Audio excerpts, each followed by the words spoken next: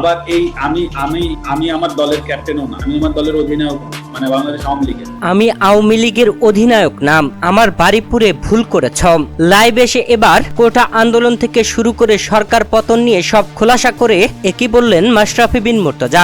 দর্শক, বৈষম্য বিরোধী ছাত্ররা কোটা সংস্কার নিয়ে আন্দোলন শুরু করেছিল। দীর্ঘ 1 মাসের আন্দোলন রূপ নেয় সরকার পতনে এবং সরকার পতন করে ছাড়ে, যেখানে আওয়ামী লীগ সরকার সাবেক প্রধানমন্ত্রী শেখ হাসিনা গত 5 আগস্ট পদত্যাগ ঘোষণা করে দেশ ত্যাগ করেন। এরপরে উত্তাল হয়ে ওঠে বাংলাদেশ, যেখানে ছাড়েনি মাশরাফিকেও। মাশরাফির বাড়িতে আগুন লাগিয়ে দেয় তারা, কারণ মাশরাফি কোনো কথাই বলেননি, ছাত্রদের নিয়ে কোনো স্ট্যাটাস দেননি।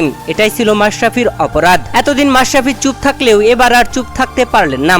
অবশেষে সব খোলাসা করলেন লাইভ ভিডিওতে এসে। এবার মাশরাফি নিজেই জানিয়েছেন কেন তিনি নীরব ছিলেন এই আন্দোলনে। সদ্যই এক সাক্ষাৎকারে লাইভ ভিডিওতে মাশরাফি বলেন, এখন আসলে এসব কথার উত্তর বা ব্যাখ্যা দেওয়ার অর্থ নেই। যদি সরাসরি বলি তাহলে অবশ্যই আমি পুরোপুরি ব্যর্থ হয়েছি অনেক মানুষের প্রত্যাশা পূরণ করতে। কথা যদি বলতেই হতো তখন কোটা সংস্কারের আন্দোলন অবশ্যই যৌক্তিক ছিল।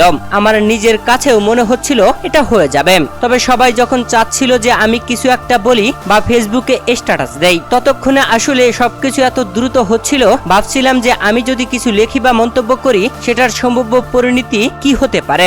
অনেক কিছু ভাবছিলাম আর কি, সব মিলিয়ে কিছু লেখা হয়নি। আমি কিছু করার চেষ্টা করিনি তা নয়, আমি শুধু কিছু লেখার ভাবনায় থাকতে চাইনি। চেয়েছিলাম ছাত্রদের সঙ্গে কথা বলতে, আলোচনার মাধ্যমে কিছু করা যায় কিনা। সেই শুরুর দিকেই চেষ্টা করেছি, কারণ তাদের দাবি আমার কাছে যৌক্তিক মনে হয়েছে, কিন্তু সেটাও করতে পারিনি। সব মিলিয়ে অবশ্যই ব্যর্থ হয়েছে। মাশরাফির বর্তমান শারীরিক অবস্থা ও অবস্থান সম্পর্কে জানতে চাইলে উত্তরে মাশরাফি বলেন, শারীরিকভাবে ঠিক আছি, মানসিকভাবে অবশ্যই ভালো অবস্থায় নেই, আছি আর কি, ঢাকাতে আছি, পরিবারের সঙ্গে আছি। এ সময় মাশরাফি আরো কথা বলছিলেন আওয়ামী লীগ নিয়েও। তিনি কথা বলছিলেন তিনি আওয়ামী লীগের অধিনায়ক বা সহ অধিনায়ক নয়। দর্শক, আপনার কি মনে হয় আন্দোলনকারীরা যে মাশরাফির বাড়ি পুড়িয়েছে এটা কি ঠিক করেছে? অবশ্যই আপনার মতামত জানাবেন ভিডিওর কমেন্ট বক্সে।